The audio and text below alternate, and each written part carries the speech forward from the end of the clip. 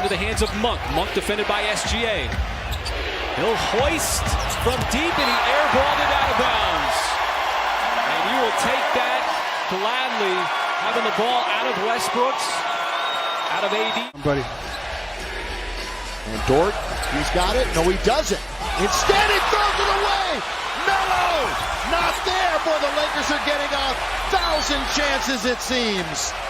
They threw it right into the hands of Melo, who couldn't knock it down.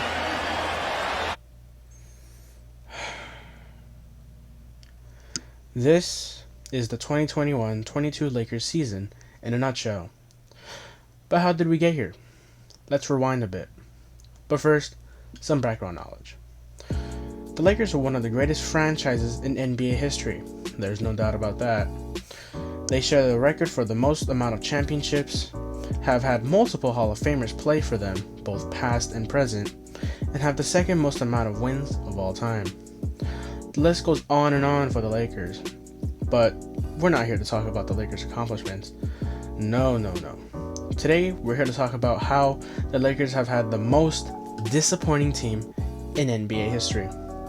Hello everyone, I am your host 05, and without further ado, let's dive into this video.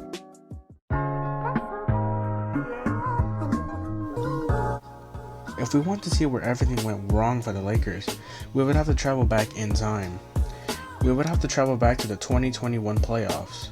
Here, the Lakers are going against the second-seeded Phoenix Suns in the first round of the NBA playoffs. Though the Suns were a higher-seeded team than the Lakers, they were considered the underdog. The Lakers would lose the first game, but win the next two straight. But in Game 4, Anthony Davis got injured. He tries to come back, but gets re-injured in the process. From then on, the Lakers would lose the next 3 games against the Suns and be eliminated for the playoffs.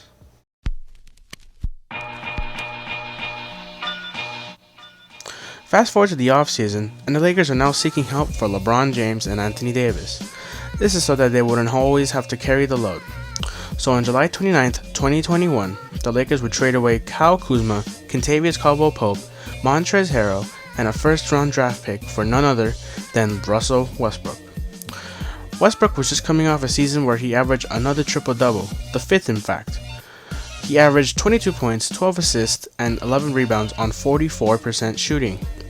This doesn't sound too bad, but the question is, does Westbrook fit well next to LeBron? Well, that question was answered during the season, and that answer was no.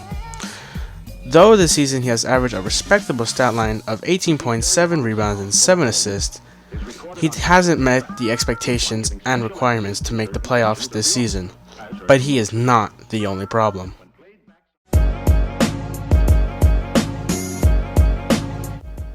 Due to many key assets of the Lakers being traded away for Russell Westbrook, and also the size of his contract, the Lakers were a bit limited on signing other assets to pair with LeBron. Many players were signed to a minimum contract due to the size of Russell Westbrook's contract. The Lakers even signed an undrafted rookie in Austin Reeves due to there not being many other options to sign. There have been a few great players to come out of this in Malik Monk and Carmelo Anthony, but it just wasn't enough to bring them to the playoffs, or even play in contention. This season, the Lakers head coach, Frank Vogels, has made some questionable choices in starting lineups and rotations. I get the starting lineups being different at the beginning of the season because it was pretty much a brand new team, but to keep creating different lineups in almost every game was just ridiculous. Some of the lineups were just completely stupid and made no sense. His rotations were a bit questionable too, to say the least. When a player was hot, he would sit them down. He would also, out of the blue, just sit a player at random to, quote-unquote, play with more intensity, even though the player he just sat out the previous game was a good contributor. His lineups and rotations just didn't make sense. Luckily for Lakers fans, he will most likely be fired this offseason. But will that change anything going forward? Though LeBron James is having one of his best seasons of his career, he is not innocent in this whole mess. LeBron has a nickname of LeGM, but this season he has proved why he would not be a great GM. During the offseason, the Lakers had the chance to trade for then Sacramento Kings player Buddy Hield, but ended up trading for Russell Westbrook. Buddy Hield, during the 2020-21 season, averaged 16 points while shooting 40% from the field and 39% from 3. The trade would have included Kyle Kuzma and maybe even Montrezl Harrell, but LeBron thought otherwise. When the Wizards brought up their offer, LeBron pushed for the Westbrook trade to happen, because earlier in that summer, LeBron, Anthony Davis, and Westbrook met up and discussed putting all egos to the side and teaming up. So it was no wonder why LeBron wanted the Westbrook trade to happen so badly. This trade would go on to be a terrible trade because, as mentioned earlier, the Lakers gave up key assets and as well decreased their cap space.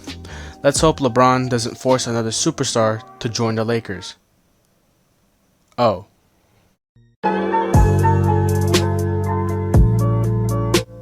Although the Lakers this season have been very disappointing, they do have the chance to turn it around next year. But the questions linger. Will the Lakers fix their mistakes? Will the Lakers ever make the finals again with LeBron? Will the Lakers just get worse? There are no guaranteed answers to these questions, and we'll just have to wait and see. Thank you guys so much for watching. My name is O5, and until next time, peace out.